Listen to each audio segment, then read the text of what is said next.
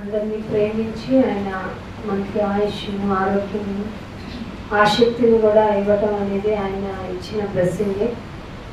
అందుని బట్టి దేవునికి కృతజ్ఞతాస్తుతులు చెల్లిస్తూ ఉన్నాను. ఆశ గల ప్రాణాన్ని ఆయన తృప్తిపరుస్తాడు. మనం అనుకుంటాం ఆశ అంటే లోకంలో కనపడేదంతా అడిగేస్తే ఇచ్చేస్తారు అనుకుంటాం. అది మన భ్రమలో బ్రతికే వారిని ఏం చేయలేం. సో భ్రమ నుండి తొలగిన వారమే మనం.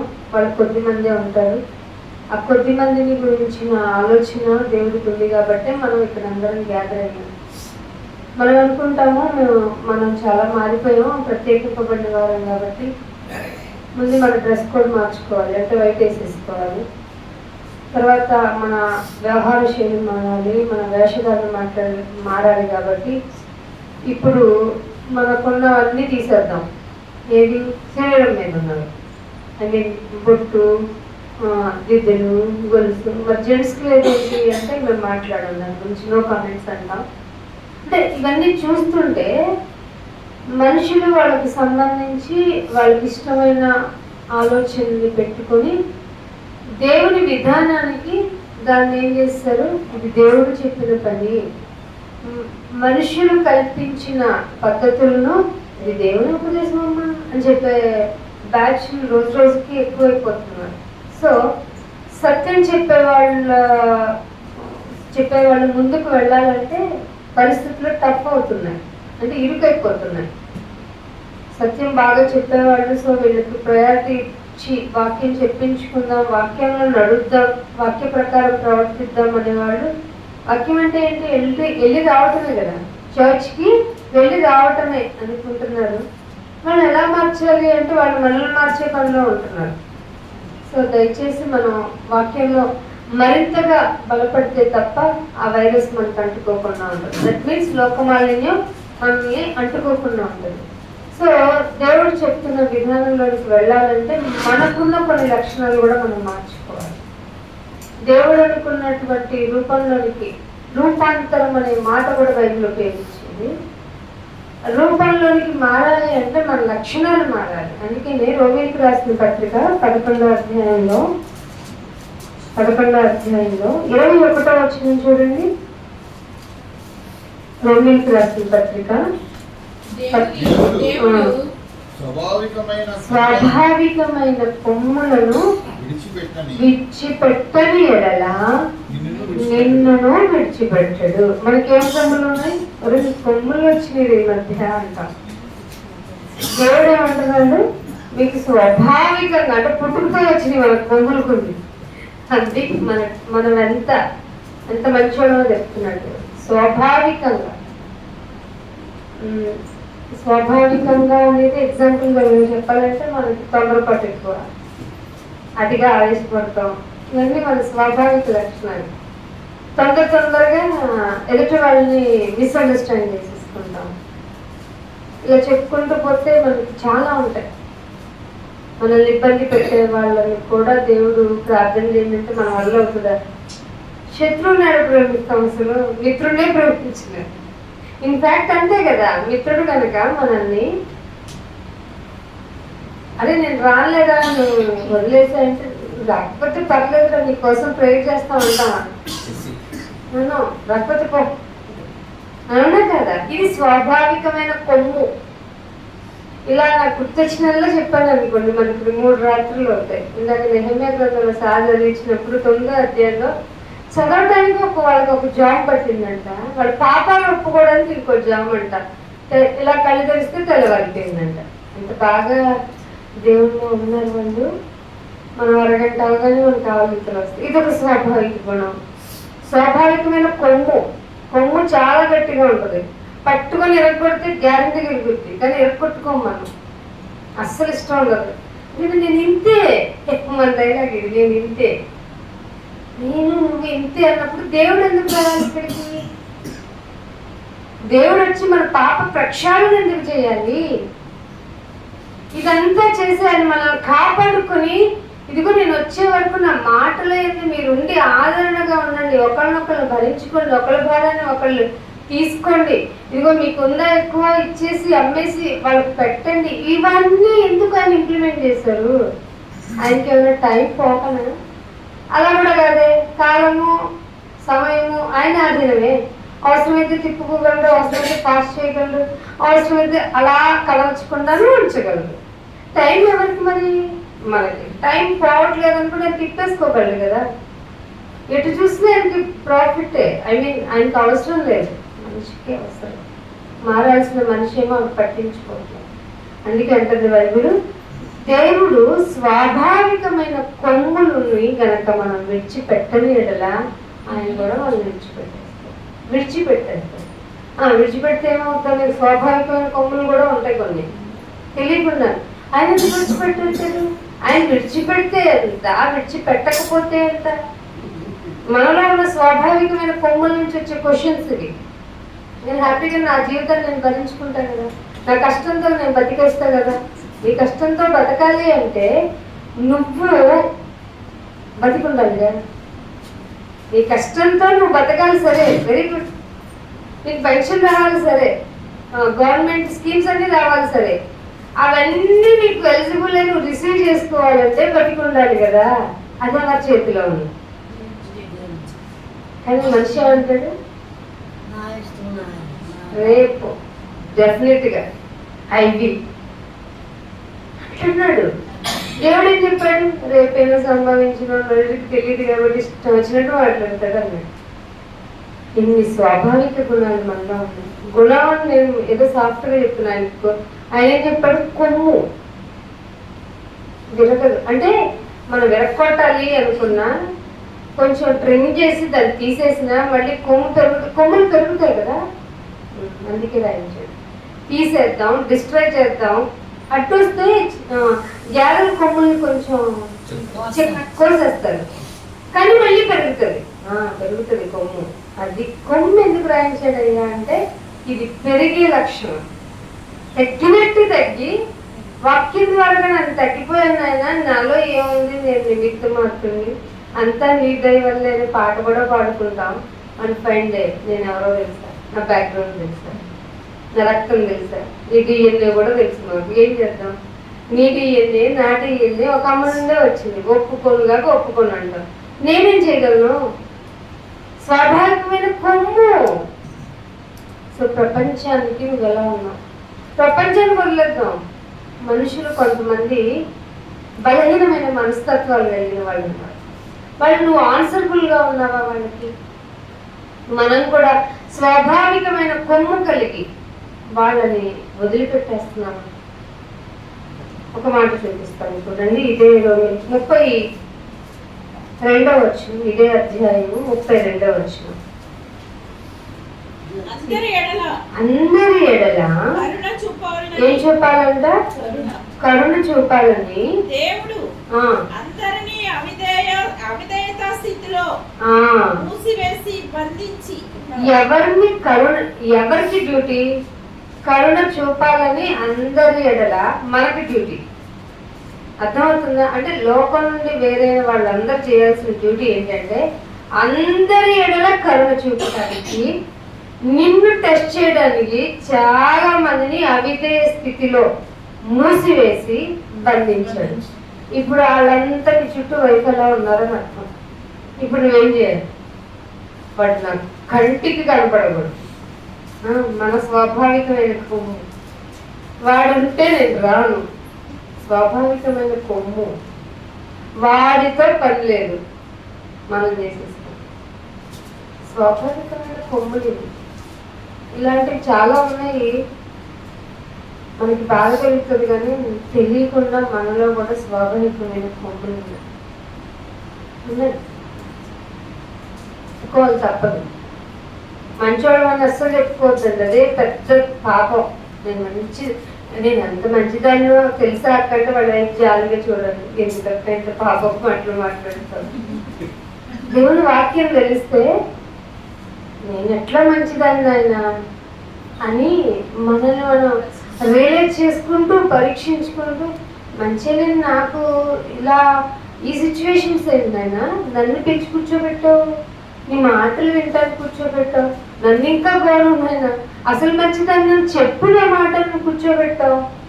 ఏ మంచి చూసావు నాకు? అసలు నువ్వు లేవు కదా అని కదా నేను ముందు ట్రిగ్గర్ అయి కూర్చున్నాను. నా స్వాభావిక గుణాన్ని లోతు నుంచి అసలు పెరగకుండా చేయగలిగిన సమర్థులు కదా మీరు. అంత మంచి తండ్రివానైనా నువ్వు, నన్ను మలుచుకోగల రూప శిల్పివానైనా నువ్వు ఎలాగైనా మార్చేస్తావా? అవిధేయ స్థితిలో ఉంచగలను, కరుణ చూపాలని నీకు పరీక్షగా నీ చుట్టూ పెట్టగలను. ఎందుకంటే నాకు నీ గుణం ముఖ్యం, నీ హృదయంలో ఏమనుకుంటున్నావు ముఖ్యం. నేను పరీక్షించ నిమిత్తము నేను ఏ టెస్ట్ అయినా పెట్టించడానికి అనుమతిని ఇవ్వగలను. నాకు ఇష్టం లేదు మనం పరీక్షించడం, కానీ దెప్పి పొడుస్తూ ఉండదు ఎప్పుడు సాతాను, అంతే కదా. ఎవరు కూడా మనుషులు కూడా ప్రతిదాన్ని వింటేలే నాకేం చేశాను చెప్తున్నారు అనుకో, ఏ లక్షణం? మన పెద్ద అయ్యగారి లక్షణం, అబద్ధికుడు, జనకుడు. నువ్వు కూడా ఇంతేలే నాయన, నీ పిల్లలకి అన్ని ఇచ్చావు, పుట్టగానే రాజ్యం ఇచ్చేసావు, వాళ్ళకు రాజ్యం లేకుండా సకల సౌకర్యాలు ఉండినట్టు ఉండాలి, టుపుక్కును వాళ్ళ చేతిలోంటి పోవాలి. అప్పుడు వాళ్ళు పలికే డైలాగులు ఉంటాయి కదా, నీకు బాధ నాకు వినసొంపుగా ఉంటాయి. అందుకే నేను వలలో చిక్కారు, అపపు గ్రంథంలో ఉంటుంది కదా, చిక్కారు వలలో అని గంతులు వేస్తున్నాను. వాడంటే వాడు వేసే వలకు కూడా బలులు అర్పించుకుంటున్నాడంట. సో స్వాభావికమైన కొమ్ము కలిగిన కొంతమంది దేవుని యొక్క పని విషయంలో కానీ, దేవుని గురించి నమ్ముకునే విషయంలో కానీ, దేవుని పని అవలంబించే విధానంలో కానీ వాళ్ళు డిస్ట్రాయింగ్ లెవెల్లోనే ఉన్నారు. అంటే దేవుడు నిర్మూలన చేసే స్థితిలోనే ఉన్నారు. అందుకే అంటున్నాడు, అందరి ఎడల కరుణ చూపాలి, ఇదొక ఆజ్ఞ. ఈ అందరి ఎడల కరుణ చూపాలని అది ఒక కేటగిరీ పీపుల్కి, అంటే మనకి ఆయన ఏం చేశాడంటే మిగిలిన అందరినీ, ఇది నేను డివైడ్ చేసుకోవడానికి చాలా టైం పట్టింది. ఏమైనా ఒక పక్క కళ్ళు చూపించంటే ఒక పక్క అందరికి యథార్థత లేదు, మూసేసానంటే నాకేం అర్థం కావట్లేదు అని పైన ఆయన చెప్తాను. ఇద్దరు కేటగిరీ పీపుల్ ఉన్నారు. నీ చుట్టూ ఆ కొందరిలో అందరినీ, కొందరైన అందరినీ ఉంచి వాళ్ళకి అవిధేయ స్థితి అనమంటూ ఉంటారు కుటుంబంలోనే. నేను ప్రార్థన అంటే ఆయన అలా అంటారు, ఈవిడ ఇలా అంటారు. ఉండాలి అవిధేయ స్థితిలో బంధించారు ఆయన, దేవుడే. మనం తట్టుకోలేము ఈ మాటలు. కొంతమంది అంటారు ఎంత చెప్పినా రావట్లేదు, అవిధేయ స్థితి నీకోసమే. అర్థమవుతుందా? నువ్వు ఎంత ట్రిగ్గర్గా కదలక నిలిచిపోయే స్థిరమైన కోటలాగా ఉంటావో తెలియాలంటే నీ చుట్టూ అవిధేయ స్థితి కలిగిన వారు ఉంటారు. అది దేవుని సంకల్పమే. అందుకే పేతురు గారు అన్నారు, అమ్మో పౌల్ గారు రాసిన లెటర్స్ వెరీ టఫ్ అండి, ఈ లెసన్ నేను చదవాలండి. ఇదంతా ఒకటైతే చదువు రాని, ఏ చదువు రాని లౌకికమైన చదువు వచ్చి ఇంటర్నల్ గా దేవుని జ్ఞానాన్ని అర్థం చేసుకొని చదువు రాని వాళ్ళు దాన్ని ఏం చేశారంట, అపార్థము చేశారు. మనం అపార్థం చేసుకోకుండా మనం చదువుతూ ఉండాలి, ఆయన మాటల్ని గ్రహించుకుంటూ ఉండాలి. అందుకనే ఇదే 31లో ఏమంటారు చూడండి, ఎందుకునైనా వాళ్ళని అవిధేయ స్థితిలో మూసివేసి బంధించాలంటే 31లోనే 11:31లోనే, అటువలే మీ ఎడల చూపబడిన కరుణను బట్టి, మనకేం చూపించాడు ఆయన? మనకి కరుణను చూపించాడు. మీ ఎడల చూపబడింది కరుణ, ఆ కరుణను బట్టి వారు ఇప్పుడు కరుణ పొందు నిమిత్తము ఇప్పుడు వారు అవిధేయులై ఉన్నారు. ఇప్పుడు నీకేమవ్వాలి? అవిధేయులు వాళ్ళందరూ చూసి నువ్వు సైలెంట్ అవ్వాలి. అర్థమవుతుందా? నేను సైలెంట్ అయిపోవాలి. నీకు తెలిసింది ఏంటంటే ఇంకా ఆయన గురించి వింటాం, చెప్తావు, ప్రార్థన చేయడం. లేదంటే నేను నాకు ఇంకా శక్తి లేవు, ఎందుకంటే కరుణ చూపించావు, దాన్ని నేను పోగొట్టుకోకూడదు. నేను ఈ భూమి మీద ఉన్నంతకాలం వాళ్ళ గురించి నేను ప్రార్థన చేయాలి. నా కోసమే వాళ్ళందరినీ అవిధేయులుగా ఉంచావు, అవిధేయ స్థితిలో బంధించావు. ఇశ్రాయేలు కూడా అంతేనండి. ఇదే మాటలో ఇదే ఉంటుంది చూడండి, పై వచనంలో 27వ వచనంలో అని రాయబడినట్లు నేను మా సార్ ఎక్కడో కనెక్షన్ మిస్ అవుతున్నారు. నేను వారి పాపములను పరిహరింపినప్పుడు నా వలన వారికి కలుగు నిబంధన ఇదే అని రాయబడినట్లు ఇశ్రాయేలీయులందరూ రక్షింపబడుదురు. సువార్త విషయమైతే వారు మిమ్మును బట్టి శత్రువులు కానీ, సువార్త విషయానికి వచ్చేటప్పటికి వాళ్ళు శత్రువులయ్యే కదా యేసుప్రభు వాళ్ళని సిలువ వేశారు. వాళ్ళు కఠిన మనస్తత్వాన్ని కలిగి ఉండటం వల్లే కదా, వాళ్ళు కఠిన మనస్తత్వం కలిగి ఉండటం వల్లే కదా అన్యులకు సువార్త వచ్చింది. ఈ అధ్యాయం మొత్తం చదివితే గంటన్నర పట్టుద్ది. అందుకే నేను అక్కడ పాయింట్ మీకు లింక్ అయ్యేలాగా చెప్తున్నా. ఎందుకు అవిధేయ స్థితి గల వారిని బంధించి మన చుట్టూ ఉంచారు అంటే, మనకు కలిగిన కరుణ ఇప్పుడు వారికి కలగాలని. అర్థమైందా? ఎందుకునైనా ఈ మారని మనసుల వాడిని నా చుట్టూ ఉంచావని ఏడవకూడదు. నా కోసమే ఉంచావు. నాలో ఏదో చేదు పోవాలి. పైగా నాకు కలిగించిన కరుణ వాళ్ళకి కలుగు నిమిత్తం నువ్వు నేర్పించిన అందరి ఎడల కరుణ చూపించు అనే ఆ ఆజ్ఞను నేను పాటించటానికి నాకు పెట్టబడిన పరీక్ష. ఈ యాంగిల్ ఎవరు చెప్పుకుండరు. అదే ఎందుకున్నారో, అదే స్థితి కలిగిన వారు మన చుట్టూ ఉండటం ఏంటో, చెప్పిన మాట వినరు, మూర్ఖత్వం కలిగిన వారు రోజు రోజుకి చుట్టూ ఎక్కువైపోతున్నారు ఏంటో, మనకి పరిస్థితులు ఏంటో. మూర్ఖులైన వక్రజనం ఉంటారు, అది కేటగిరీ వేరు, వాళ్ళు వాతమైపడిన మనకి సాక్షి. కానీ నీ చుట్టూ అందరిలో కొందరిని ఆయన డివైడ్ చేసిన అందరిలో కొంతమంది ఏమో ఆల్రెడీ కరుణ చూపించబడిన వారు, ఇంకొంతమంది ఏమో కరుణ చూపించబడటానికి కొంత టైం తీసుకొని వారిని అవిధేయ స్థితిలో బంధించారు దేవుడు. స్వయంగా ఆయనే చెప్పుకుంటున్నారు పరిశుద్ధాత్మ వాళ్ళు. సో నీ ఇంటిలో కానీ, నీ వీధిలో కానీ, నీకు వర్క్ చేసే ప్లేసెస్ లో కానీ ఎవరైనా అవిధేయ స్థితిలో ఉన్నారు అంటే కారణం ఏమిటో తెలుసా? నువ్వు వారికి కరుణ చూపాల్సిందే, మెర్సిఫుల్ గా ఉండాల్సిందే. నీ నుంచి వ్యతిరేక బాణాలు వాళ్ళకి వెళ్ళనే కూడదు. ఎందుకని? అందరి ఎడల కరుణ చూపాలి నువ్వు. ఏ అందరి ఎడల? నీకు వాక్యము బోధిస్తుంది ఎవరు అవిధేయ స్థితిలో ఉన్నారు, ఎవరు మూర్ఖపు స్థితిలో ఉన్నారు, ఎవరు నటిస్తున్నారు, ఎవరు అసలు రానివారు, ఎవరు కఠినాత్ములు అనేది దేవుడు నీకు బయలుపరుస్తారు అంటే నేను దీనికోసం నేను తెల్లవాళ్ళు ప్రార్థన చేయని అక్కర్లా. వాక్యం నీకు చెప్పేస్తుంది. నువ్వు అందరి గురించి ఇన్నోసెంట్ గా ప్రార్థన చేయాలి. ఇప్పుడు ఒక డాగ్ ఉందండి, దానికి ఏం తెలుసు? వచ్చిన వాళ్ళందరికీ తోపుతుందా? లేదు. పెంచుకునే కుక్క కొంతమందికి మాత్రమే. బాస్ చెప్తాడు, యజమాని చెప్తాడు, యజమానుడితో మాట్లాడే కాన్వర్సేషన్ బట్టి అది దానికి తోకోపాలా, నేను ఇది అరవాలని చూస్తుంది. అది దాని సైకాలజీ. ఇది ట్రూనే. నువ్వు గనక ఎందుకు మా ఇంట్లో మా పెద్ద డాగ్ ఉంది, సార్తో కొంచెం హార్ష్గా మాట్లాడి పొద్దున కూడా మాట్లాడకు, అరవకు అంటది. దానికి అరవడం ఇష్టం ఉండదు. ఇంట్లో వాళ్ళు అరుచుకుంటేనే ఇష్టం ఉండదు. ఇంకా బయట వాళ్ళు గొడవ చేస్తే కంటిన్యూగా అరుస్తుంది. ఆఫ్టర్ ఆల్ కుక్కకి అంత జ్ఞానం ఉందే. అరుపులు మీరు అరుచుకోకూడదని, మీరు తిట్టుకోకూడదు అని. మరి మనుషులు ఏంటండి, కుదిరితే జగడాలు అడిస్తుంటున్నాం. తప్పు. అంటే మనం ఇంకా మారాలన్నమాట. స్వాభావికమైన కొమ్ము జస్ట్ ట్రిమ్ చేసాం అంతే. దాన్ని మొత్తం పోకట్టి వేళ్లతో పీకాలంటే ఆయన వాక్యం అనే అదే పీకేదాన్ని ఏదో అంటారు, ప్లక్కర్. ఆ ప్లక్కర్ కటింగ్ బ్లేడ్ లాంటి దాంతో పీకాలంటే ఆయన వాక్యమే కావాలి. అప్పుడు నీకు రక్తం వచ్చిద్ది, నొప్పి వచ్చిద్ది, ఏడుస్తావు, భరించలేవు, కఠినమైపోద్ది, విరిగిపోద్ది. మనసు బాధ భరించలేనప్పుడే కదా విరిగిపోద్ది.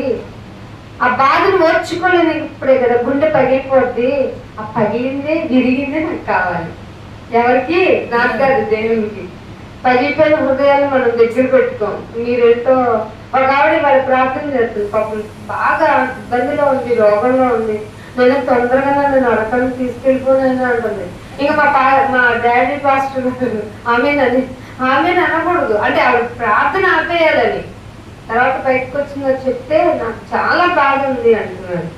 ఆ బాధ ఉంది అన్నప్పుడు వాళ్ళ దగ్గర మనం టైం స్పెండ్ చేయాలి. కూర్చొని చెప్తాం, అమ్మ ప్రార్థన చేయిస్తున్నాడంటే సాతాను నిన్ను నిరుత్సాహపరిచేస్తాడు, నిన్ను తీసుకెళ్ళి ఎక్కడికో వెళ్ళిపో, ఇంకా అవునక్క నాకు చచ్చిపోవాలనిపిస్తుంది అన్నట్టుగానే మాట్లాడుతున్నాను. ప్రార్థన చేసుకో, దేవుడితో చెప్పుకో. నేను మీ దగ్గరికి వచ్చేసాను కదా, పొద్దున ఇదే చెప్పాను, నీ దగ్గరికి వచ్చాను కదా నాయన, లోకంలో లేను, నా బలహీనత తెలుసు, నా బలహీనత ఆవిడకి మూర్ఛ రోగం లాంటిది ఏదో వచ్చేస్తుంది, దానివల్ల బలహీన పడిపోద్ది, అరగంట పైన ఇబ్బంది పడుతుంది. దేవుడు మనకి ఎంత ఆయుష్ని ఆరోగ్యం ఇచ్చాడండి. అది మంచి భయం, కానీ లోపల బలహీన స్వభావం, అంటే స్వాభావికమైన కొమ్ము ఏం చేస్తుందంటే నువ్వు చచ్చిపోని చెప్తుంది. అర్థమైందంటే డేంజర్ కొమ్ము అది. ఏ నిరుత్సాహం కలిగిన, ఏ బాధ కలిగిన, నాయన ఇది నా దగ్గరికి వచ్చింది, నేను రియాక్ట్ అవ్వాలి అంటే నీ పర్మిషన్ నీడెడ్.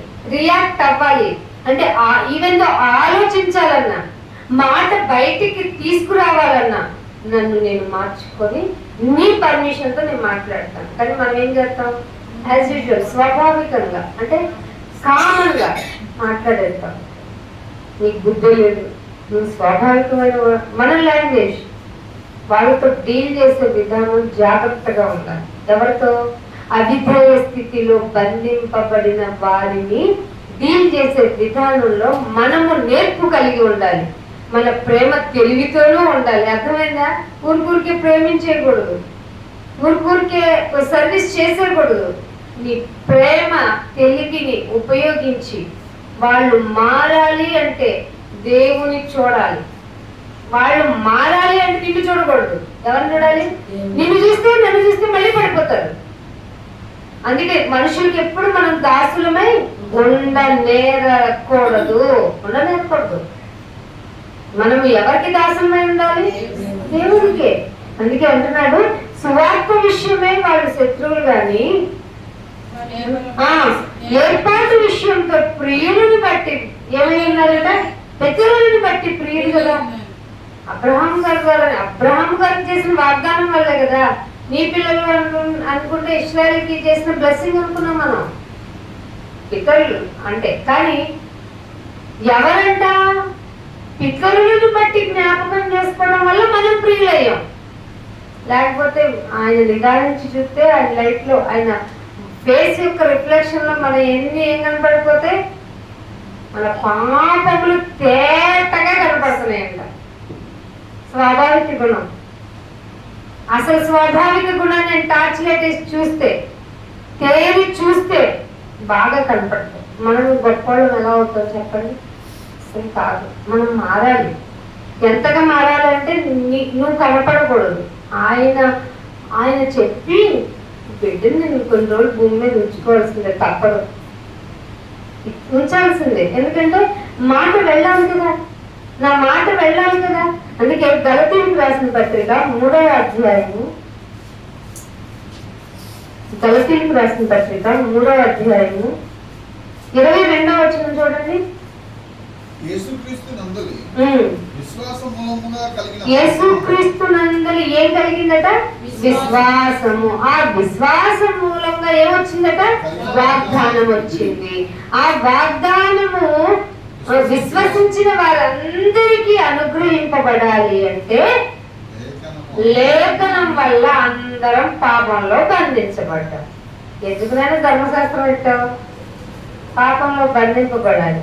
పాపంలో నేనెందుకు బంధింపబడాలి? ఆయన ఇచ్చిన అనుగ్రహం నీకు రావాలి. ఏమిటయ్యా నీ అనుగ్రహం? నువ్వు విశ్వసిస్తే వచ్చే వాగ్దానం. ఏంటయ్యా ఆ వాగ్దానం ఎందుకు వచ్చిందయ్యా అంటే నువ్వు నమ్మాల్సింది క్రీస్తుని కాబట్టి క్రీస్తుని నమ్మడం ద్వారా కలిగిన విశ్వాస మూలముగా. ఎంత కంటిన్యూస్ సెంటెన్సులు రాశారండి. ఎంత మైండ్ లో ఆయనకి ఉంటే ఎసెన్స్, ఇంత కంటిన్యూస్ సెంటెన్స్ వస్తాయి. ఇది ఒక పెద్ద పాఠం. యేసుక్రీస్తునందు విశ్వాసం ఎందుకు వచ్చాలి? విశ్వాసం ఉంటే వచ్చే వాగ్దానం ఏంటి?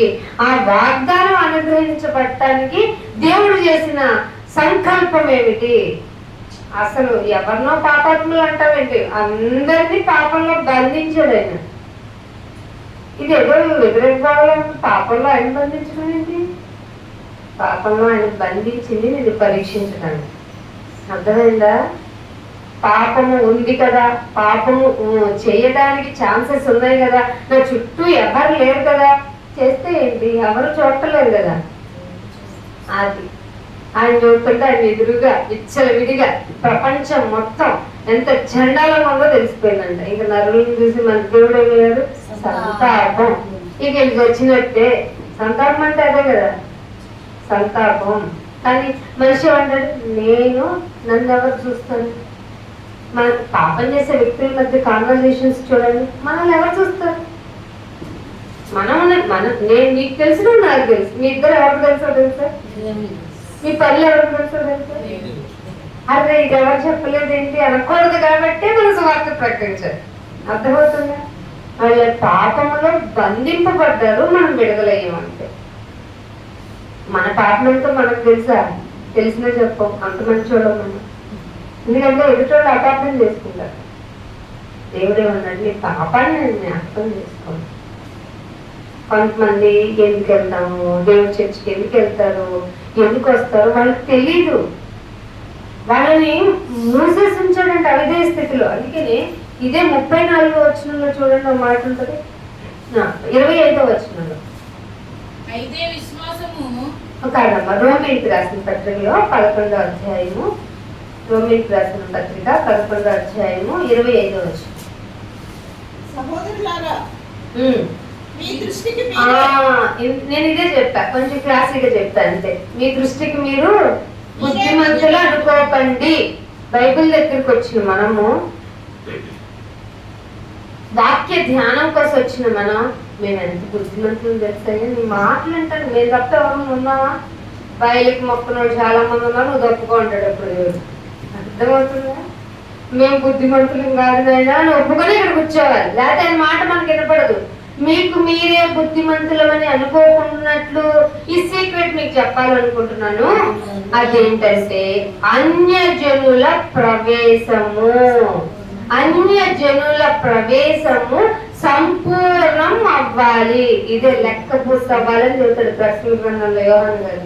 సంఖ్య పూర్తయిపోతే సహదాసుల లెక్క కంప్లీట్ అయితే అమ్మాయి ఆయననే వస్తాడు.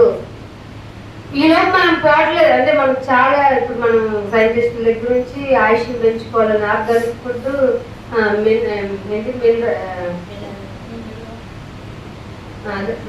తృణధాన్యాలు, మిల్లెట్స్, తృణధాన్యాలు, మిల్లెట్స్, రా ఫుడ్, పొద్దున్న ఎది తాగుదాం, పొద్దున్న ఎత్తిందాం, ఇన్ని అడుగులు నడుద్దాం. ఇక ప్లేస్ యూట్యూబ్ లో ఇక మీరు నుంచున్నా తప్పే, కూర్చున్నా తప్పే, తింటున్నా తప్పే, తాగిన ఏం చేయాలి ఇప్పుడు అని బుర్ర పట్టుకునే విధంగా వీడియోలు వస్తున్నాయి. So don't worry. దేవుడు ఎంత బాగా తిన్నా నేను లేకపోగలదా లేదా, ఎంత తినకపోయినా ఉంచగలదా లేదా? ఇది ఎవరి నిరీక్షణ? క్రైస్తవుని యొక్క నిరీక్షణ. ఇది మతం ఎలా అయింది? అస్సలు కాదు. కానీ మతం అని చెప్పిన వాళ్ళని జాలిగా వాళ్ళ కోసం వాళ్ళేనేమో సంఖ్యలోకి రావాల్సిన వాళ్ళు. మీకు అర్థమవుతుందా? అదేమనగా అన్యజనుల ప్రవేశము సంపూర్ణమగు వరకు అని ఇశ్రాయేలుకి ఎలా చెప్పాడో, అన్యజనులమైన మనము కొద్ది మందిగా వచ్చాం కాబట్టి మనము కూడా ఇశ్రాయేలీలాగా కొంతమందిని కఠిన మనస్తత్వం కలిగేవాడిగా ఉంచాడు. అన్యజనులమైన మనము రావడానికి ఇశ్రాయేలీలు ఏం చేయబడ్డారు? కఠిన మనసు కొంత మట్టుకు కలిగెను. ఇప్పుడు అన్యజనులమైన మనకి మన చుట్టూ కొంతమంది కఠినంగా మనసు ఉంటే అర్థం ఏమిటి? వాళ్ళు కూడా రావటానికే, వాళ్ళ ద్వారా సంఖ్య పూర్తయ్యే ఛాన్స్ ఉంది. ఇది నమ్మలేదు నిజం, ఒప్పుకోలేదు నిజం. వాడు ఎట్ట మాట్లాడన్నా వదిలేశాను. ఇది నీ కాన్సెప్ట్. వాడి కోసం నేను ఇంకా ఎదురు చూస్తున్నాను. అది దేవుని కాన్సెప్ట్. నీ కాన్సెప్ట్ ఎప్పుడు జీరో తీసి ఎక్కడ పడేయాలి? చించేసి కాలంలో పడేయాలి. దేవుని కాన్సెప్ట్ ఈ యుగం పైన ఇంకో యుగం పోయినా, సూర్యుడు పోయినా, భూమి పోయినా ఆయన మాట ఎల్లప్పుడూ నిలుచును. అంటే జరుగుతుంది. మన మాటలు జరగవు. మన మాటలు, మన కాన్సెప్ట్లు స్థితిని బట్టి, గతిని బట్టి, మనిషిని బట్టి, మన మూడ్ స్ప్రింగ్స్ ని బట్టి వచ్చేస్తా ఉంటాయి. దాన్ని మంచి కాన్సెప్ట్లు రాసేసుకుంటాం. కానీ కొన్ని రోజులైనకి ఇదేంటో తెలియట్లేదే అనిపిస్తుంది. సో కొంతమంది మారాలి, కొంతమంది నీ యాడింగ్ అవ్వాలి, సహదాసుల లెక్క పూర్తవ్వాలి. సో నీ చుట్టూ ఉన్నవాళ్ళు కఠినమైపోతారు. వాళ్ళు కఠినం అయ్యేలాగా ఉన్నాము అంటే మరి కఠినం అయ్యేలాగా నీ ప్రవర్తన విధానం ఉండకూడదు. ఏంటి ఎంత సాఫ్ట్ గా ఉన్నారు, ఏంటి ఇంకా ప్రార్థన చేస్తున్నారు నా గురించి, ఏంటి నా గురించి ఇలా ప్రవర్తిస్తున్నారు, నేను మారిపోతే పోలా అంతే.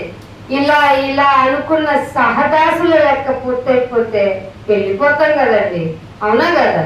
వెళ్ళకుండా చేస్తున్నారు. అయ్యో మనమా, ఎంత అపరాధినైనా నేను, ఎంత అపరాధిని. నేను రియాక్ట్ అవుతున్నానేంటి, ట్రిగ్గర్ అవుతున్నానేంటి, మారాలి కదా నేను. అంటే మారాల్సింది నేనే. వెళ్ళే కొద్ది ఏమవుతుంది క్రైస్తవ్యం? ఇరుకవుతుంది. ఇంకెంత మారన్నాయి, మారాల్సిందే మనం. అందుకే ఇంకో మాట చూపిస్తాం. తీతుకు రాసిన పత్రిక 3వ అధ్యాయము, తీతుకు రాసిన పత్రిక 3వ అధ్యాయము 3వ వచనం. ఎందుకనగా మనము కూడా ఏంటో నేను చాలా వివేకం తెలుసని తాగి పడేసినాను. నేను వివేకం తెలుసని లోకంలో వ్యభిచార స్థితిలో ఉన్నాను. నేను వివేకం తెలుసా అని చెప్పేసి దేవుడు లేడు, అంత దేవుడు ఏముంటది, నేనే కదా అంతా చేసుకునేది. పంట పండించుకున్నాను, తిన్నాను, బస్తాలు దాచుకున్నాను, చాలా బస్తాలు ఉన్నాయి, ఇంకేమున్నాయి, సరిపోవట్లేదు కాబట్టి ఇంకో గోడను కట్టుకుంటాను. ప్రాణమా తిను, త్రాగు, సంతోషించు, నా ప్రాణంతో చెప్పుకుంటాను. మధ్యలో ఈ వాయిస్ ఎందుకు వచ్చింది? హలో, ఎక్స్క్యూజ్ మీ, ఎందుకు తిను, త్రాగు, సుఖించు అంటున్నావు? ఇవాళ నీ ప్రాణం అడుగుతున్నావు. ఈయనెవరబ్బా? కన్నవాడు, నిన్ను పుట్టించిన వాడు. నువ్వు ఎవరిని మర్చిపోయావో తెలుసా? నీ ప్రాణంతో మాట్లాడుకుంటావా? నీ ప్రాణం అంత అవివేకులు. చాలాసార్లు మన ప్రాణాలతో కూడా చెప్పి వాటి లక్ష్యం, వాటి మంచి డ్రెస్, వాటి ఫుడ్, వాటి ఎంజాయ్ఫుల్ లైఫ్, ప్రాణం సుఖించేవే అనేసారు లేదా? అంత అవివేకులం. అదే మునుపు మనము కూడా అవివేకులం, అవిధేయులము కూడా. వాక్యం ఎందుకు రావాలి? వాక్యంతో మాకెందుకు అని? మేము బాగానే ఉన్నాం, మేమే పాపం చేసాం, క్షేమకు కూడా అపకారం నేనే. కావాలంటే దానాలు చేస్తాం. ఇంతకీ ఎందుకు చేస్తున్నాం? పుణ్యం అవుతుంది. పుణ్యం ఎందుకు? పాపం చేశావు కదా. నేను చేయలేదు పాపం అంటే దానం ఎందుకు? అవిధేయులం, దేవుడు లేడని బుద్ధిహీనులం, అవివేకులం, ఇంకా మోసపోయిన వారు. ఎవరి చేత మోసపోయాం? ఈ లోకం 3-4 ముచ్చట ఎంజాయ్ చేయడం గొప్ప, ఇదిగో ఈ లోకంలో తిను త్రాగు అని చెప్పించి హ్యాపీగా ఉండమని చెప్పిన ఈ లోకనాథుల యొక్క ఇన్ఫ్లుయెన్స్ మన మైండ్ లో ఉండిపోయింది. మోసపోయాం, అవిధేయులం, అవివేకులం, మోసపోయిన వారు. నానా విధాల దురాశలు, ఒకటని చెప్పుకోవడానికి లేదట, ఒకటా రెండా, నానా విధాలైన దురాశలు. దురాశ ఏం చేస్తుందంటారు? దురాశ దుఃఖములకు చేట కాదు, దురాశ గర్భమును ధరిస్తుంది. చూసారా, మోసపోయాం మనము. లోకంలో ఉన్నప్పుడు దురాశ దుఃఖములకు చేటు అనుకున్నాం. అయ్యో, దురాశ దుఃఖానికి టోటల్ 0 చేస్తుంది. దురాశ వలన ఏమవుద్దట? పాపము పరిపక్వం అయిపోద్ది. పాపము పరిపక్వం అవుద్దంటే అది మెచ్యూర్ అయ్యేదాకా నీ బుర్రలో నేను మోసపోయాను, నేను అవిధేయుని అయిపోయాను, నేను పాపాత్ముడిని అయిపోయాను అసలు గ్రహించనివ్వదు. ఏమంటారట? నానా విధమైన దురాశలు. ఒకటి కాదు, ఒక దురాశకే ఏం చేస్తానన్నాడు? ఏమైందట? దురాశ పాపాన్ని కంటది, పాపం వల్ల వచ్చే జీతమే మరేంటండి? మనకి నానా విధమైనవి ఉన్నాయి, చెప్పము, ఎవ్వరికి చెప్పుకోలేని దురాశలవి. వ్యసన పరులు అయిపోతున్నారు. ఈ నానా విధమైన దురాశల వల్లే మనిషి నేను చచ్చిపోవాలి, నేను బతకూడదు. అమ్మ మంచి అమ్మాయి వల్ల న్యూస్లో నలిగిపోతుంది, చచ్చిపోయి కూడా 2 పిల్లల్ని ఎక్కడ తీసుకెళ్ళింది? హెవెన్కి చూపిస్తాను రా అని తీసుకెళ్ళింది. అంత దురాశ తెలుసా ఆవిడకి.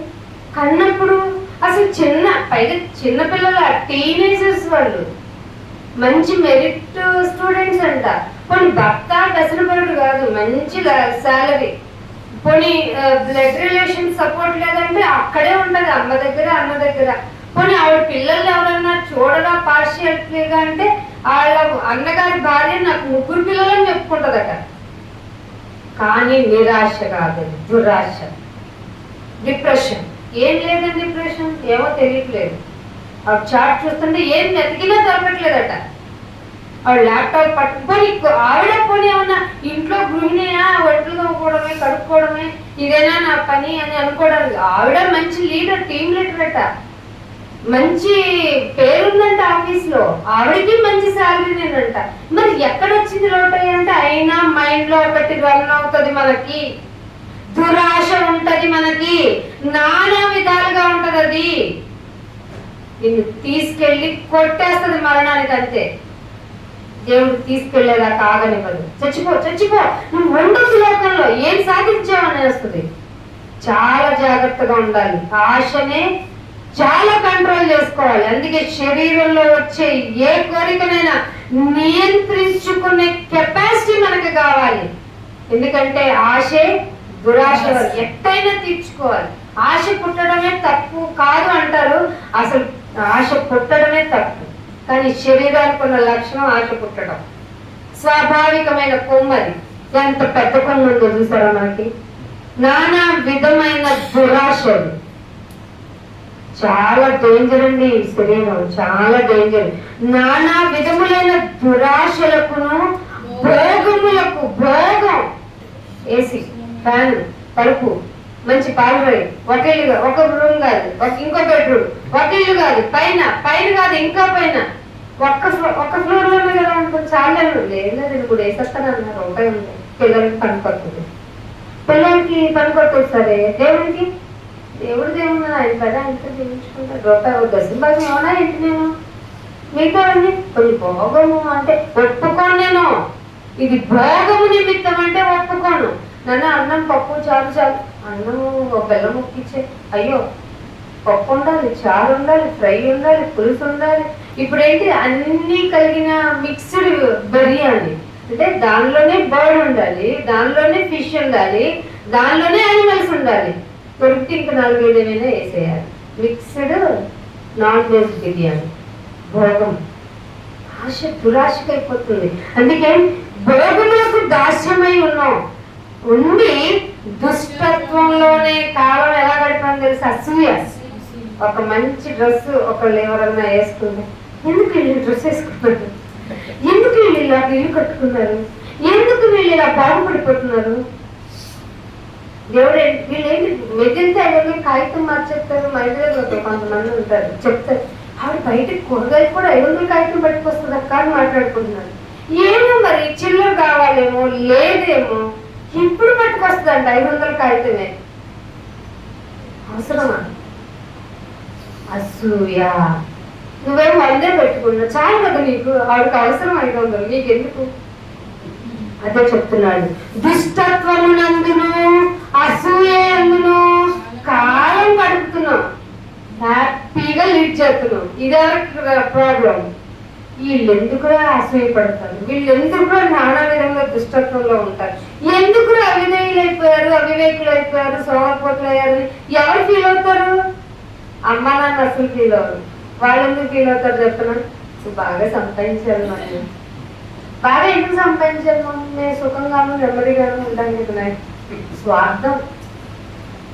ఆ స్వార్థం అది మంచి స్వార్థమేనండి. ఎంతో కష్టపడతారు పేరెంట్స్, కానీ కొంతమంది నిరుంకషత్వంగా చదివించేస్తూ ఉంటారు.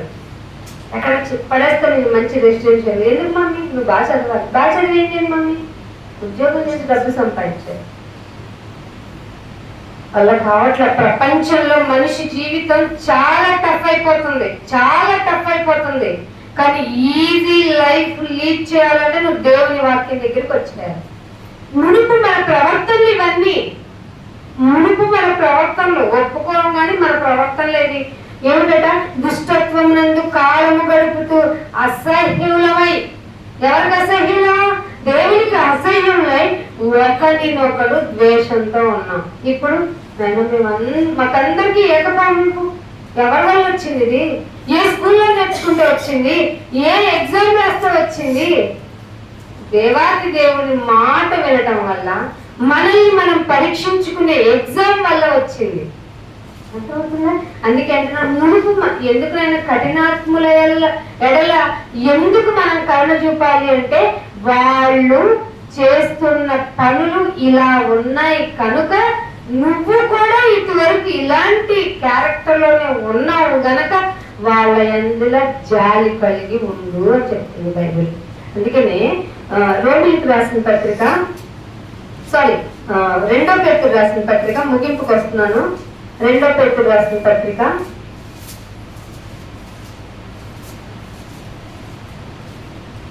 2వ అధ్యాయము 2వ వచనం. మరియు అనేకులు వారి పోకిరీ చేష్టలను అనుసరించి నడుస్తున్నారు. మేము నమ్మేసాం, మేము మారాం, అప్పుడు అలా ఉన్నాం కానీ ఇప్పుడు అలా లేము అని చెబుతూనే పోకిరీ చేష్టలు చేయటానికి వెనుకాడటం లేదు. దీనివల్ల ఏం జరుగుతుందట? దేవుని యొక్క సత్య మార్గము దేన్నైనా వాళ్ళెవరి గురించో కరుణ చూపించమని నన్ను పెట్టి, నువ్వే తప్పు చేస్తున్నావు, నీ వల్లే సత్య మార్గం దూషింపబడుతుంది అంటున్నావు. ఎందుకంటే తెలియకుండానే వాళ్ళ పోకిరీ చేష్టలకి షేక్ అందిస్తున్నావట. నువ్వే చూపిస్తున్నావట తెలియకుండా. మారాలి. చాలా తక్కువ రిఫరెన్స్ రాసుకొచ్చాను, ఏదో టైం అయిపోయింది. లాస్ట్ ఒక మాట చూపించి ముగించేస్తాను. 1 తిమోతికి రాసిన పత్రిక. ఏం చేయమంటావు నాయన అంటే దేవుడు చెప్తున్నారు. 1 తిమోతికి రాసిన పత్రిక 2వ అధ్యాయము 4వ వచనం. ఆయన మనుషులందరూ రక్షణ పొంది ఆయన అంటే ఏం కొడుకును? ఆయన అంటే ఎవరు? దేవుడు. మనుషులందరూ అంటే కఠిన హృదయం కలిగిన వారు. ఆయనే బంధించేసి ఉంచాడు కదా, నువ్వు కరుణ చూపాలి అని. వాళ్ళు కూడా మనుషులందరూ ఫస్ట్ ఏం చేయాలట? ముందు రక్షణ పొందాలి. రక్షణ పొందేసామా? పొందిన మనము సత్యమును గూర్చిన, మళ్ళీ వింటాం కాదు ఇక్కడ, సత్యమును గూర్చిన అనుభవ జ్ఞానం అంటే అనుభవించాలి. అంటే నీ చుట్టూ అవిధేయులు ఉంటే, నీ చుట్టూ కఠినాత్ములు ఉంటే నువ్వేం చేయాలంటే ఇప్పుడు కరుణ చూపాలి. ఇదే నా బాధ అక్కడి నుంచి. కరుణ చూపాలి, రియాక్షన్ ఉండకూడదు. న్యూట్రల్ అవ్వాలి అని చెప్తూ ఉంటాను కదా, ఏ రియాక్షన్ నీలో కనపడదు. ఈవెన్ ఆ కఠినాత్మలు అంటే నీకేమన్నా ప్యాంపరింగ్ చేసి ముద్దు చేస్తారా? నీకు ఎంత ఇబ్బంది పడగలవు. నీ కళ్ళల్లో నీళ్ళు వచ్చి లాగా వాళ్ళ ప్రవర్తన ఎంత కఠినంగా ఉంటుందంటే నీకు చెప్పలేము. నేను వండలా పోనా అనిపించింది. అప్పుడు ఏం చేయాలి? నాయన నువ్వు ఉన్నావు, కరుణ చూపమన్నావు, ఇదొక్కటే నేర్చుకుంటాను, నేను మాత్రం ఏం రియాక్ట్ అవ్వను, నువ్వే చూసుకోవాలి. అప్పుడు ఆయన ఏమన్నారు? బిడ్డ నిన్ను ముట్టుకున్నాడా? నా కంటికి సెన్సింగ్ అయింది, నా కనుగుడ్డు ముట్టుకుంటున్నాడు, నేను చూసుకుంటా. వివాదానికి ఎవరిని చోటిమన్నాడు? నాకు ఇవ్వు, నువ్వు వెళ్ళిపోమాను, నువ్వు వెళ్ళమాకు వివాదానికి, నాకు ఇచ్చే. మీరు సెటిల్మెంట్లు చేసుకోమాకండి, నేనున్నాను, నేను పెద్దోడిని, నా సీట్ నాకుంది. ఆయన కదలక నిత్యము నిలిచే సింహాసనాసీనుడై ఉన్నాడు. ఈ మాట చాలా సింహాసనాసీనుడై అంటే ఎప్పుడు కూర్చొని ఉండేవాడు. ఎందుకు అంటే న్యాయం తీర్చేవాడు కాబట్టి. ఆయన అందుకే ఉన్నాడు. ఆయన కూర్చొని ఉన్నాడు, నుంచొని ఉన్నాడు. ఆయన ఇంకో చోట ఉంటుంది, ఆయన ఎప్పుడునూ కూర్చుని ఉండువాడు అని ఉంటుంది. ఎందుకు కూర్చొని ఉంటా? పద్ధతి న్యాయం చేయాలి కదా. మీరైతే మీ ఇష్టం వచ్చినట్టు చేస్తారు, నేను ఎలా చేస్తాను? పక్షపాతం లేనివాడు. ఈ క్యారెక్టర్ ఏ జడ్జికి రాదు. నీకు తెలుసా? నీకు కూడా రాదు తెలుసా? నువ్వేమంటావు? మా వాళ్ళని కొంచెం చూసి చూడకుండా అంటాం. అర్థమైందా? నేను అలా కాదు, నా వాడైతే 4 దెబ్బలు ఎక్స్ట్రా అయ్యింది. తీర్పు కఠినమైన తీర్పు, మరి కఠినమైన తీర్పు. మనుషులందరూ రక్షణ పొంది సత్యమును గూర్చిన అనుభవ జ్ఞానము కలిగి ఉండాలని ఇచ్చయించుచున్నాడు. చేస్తున్నావా? ఇచ్చని, ఆయన కోరికని. నెరవేర్చాలి అంటే నీ చుట్టూ కఠినాత్ములు ఉన్నా నువ్వు మాత్రం వారి గురించి విజ్ఞాపన వెళ్ళాలి. నీ ప్రవర్తన విధానం వారికి అవ్వాలి. అందుకనే 11వ అధ్యాయంలో ఇదే రోమిలకు రాసిన పత్రిక మనం చదువుకున్నాం కదా, 32వ వచనంలో 34వ వచనం చదివేయండి. ఎలాగో 32 చదివారు కదా, ముగించేస్తాను. రోమిలకు రాసిన పత్రిక 11వ అధ్యాయము 34వ వచనం. అది అర్థమైందా? ఎందుకు పండించావు? ఇదేంటి నన్ను, నీకేమైనా పని లేదా? నన్ను ఇబ్బంది పెట్టడం ఏంటి నాయన? నువ్వు నీ గురించి నాకు తెలియాలి. నన్ను ఫోర్స్ఫుల్ గా నమ్ముకున్నావా? నేనంటే ఇష్టమై నమ్ముకున్నావా? నా గురించిన నీకు positive thinking, positive nature by birth వచ్చిందా? అంటే స్వాభావికంగా వచ్చిందా? అది తెలియకుండా స్వాభావికమైన తత్వం కొమ్మయ్యిందా? నాకు తెలియాలి. అందుకే నా మనసు ఎరిగిన వాళ్ళు ఎవరన్నాడా? ఆయనకి నెక్స్ట్ ఆయనకి ఆలోచన చెప్పాలి. అర్థమైందా? ఆలోచన చెప్పాలి అంటే మనం ఎంత మారాలి? మేకులేసి కొడుతున్నారు, ఏమన్నాడు ఆయన? అబ్బాయి చెప్పి తీసేయండి అప్పాచున్నాడా అన్నాడా? ఉమ్మి వేశాడు ఆయనకి. ఏమన్నాడు? ఎంత ధైర్యంగా, నేను లేకుండా నువ్వే లేదు, అసలు అప్పుడు ఈ భూమి లేదు, నేను చంపేస్తున్నానని ఏమైనా చెప్పించాడా? లేదేంటి? కొడుతూనే ఉన్నారు, తెల్లవాళ్ళు తిప్పుతూనే ఉన్నారు. ఒంటి మీద బట్ట లేకుండా కొట్టడం తీసుకెళ్ళడం ఏమైనా రియాక్ట్ అయ్యారా? చుట్టూ ఉన్న వాళ్ళు ఎవరు? కఠినాత్ములు. వాళ్ళని బంధించిన ఆ దేవాది దేవునికి విధేయుడై ఉన్నాడు, కానీ రిప్లై ఇచ్చాడు స్వాభావికమైన గుణంతో. ఏంటది? తండ్రి. అర్థమైందా? మీరేం చేయాలో? తండ్రి, మీరేం చేస్తున్నారో వీరికి తెలియదు, వీరిని క్షమించండి. ఇప్పుడు నన్ను నేర్చుకోవాలి. ఇది చాలా టిపికల్ టెస్ట్. నేర్చుకోండి, మీ జీవితం ఇంతకంటే ఆనందంగా ఉండదు. అంటే ధన్యత దేవుడు మీకు దయచేయాలని కోరుకుంటూ నా మాటలు ముగిస్తున్నాను, ప్రార్థన చేస్తాను. అంతే, మీ మనస్సు ఎరగాలని, మీ బాధను తెలుసుకోవడానికి లోతైన మాటలతో మమ్మల్ని కొట్టినందుకు స్తోత్రాలు. కొన్నాళ్ళు మా చుట్టూ ఉన్న వాళ్ళ గురించి ఎంతో టెన్షన్ పడి, ఏంటి నాయన వీళ్ళ గురించి మాకు అని ఇబ్బంది పడి మమ్మల్ని నేను తిట్టుకుంటాను. మీ గురించి నీ ఆలోచన ఎంతో తెలుసుకోకుండా మా జీవితాన్ని అవిధేయతలో తెలియకుండా స్వాభావికమైన కొమ్ములు తయారు చేసుకున్నాం. ఎంతో క్షమించండి. మనుషులందరూ రక్షణ పొందాలి, సహవాసులందరూ మళ్ళీ దొడ్డలోనికి రావాలి. సో మేము నాయన కరుణ కలిగి, అందరూ ఇలా కరుణ కలిగి ఉంటాం. అంటే నీ బిడ్డ చేసిన త్యాగాన్ని జ్ఞాపకం చేసుకోవాలి. ఇదిగో వాళ్ళలో చేతులు వేస్తున్నాం. మా స్వాభావిక కొమ్ముల్ని విడిచివేయండి, ఒకటి వేలతో పెకిలించేయండి నాయన. మేము ఏ విధంగా ఉండటం నీకు ఇష్టమో తెప్పారు మనకు, ఆ విధంగా మమ్మల్ని మేము తయారు చేసుకుంటాం. మమ్మల్ని మార్చండి నాయన. మేము మారుతాం, రూపాంతరం చెందుతాం నాయన. దయతో మమ్మల్ని క్షమించి మా అపరాధములన్నింటినీ మన్నించండి. మాకు ఒక సమయం మరలా దయచేయండి. ఈ భూమి మీద నీ కొరకు బ్రతికే విధానంలో, నువ్వు మెచ్చుకునే విధానంలోనైనా మేము పెరగటానికి, మా జీవితం అంతా నీకు సమర్పించుకుని బ్రతకటానికి మమ్మల్ని సిద్ధపరచమని యేసుక్రీస్తు వారికి పరిశుద్ధమైన నామమున ప్రార్థన వేడుకుంటున్నాను తండ్రి. థాంక్యూ.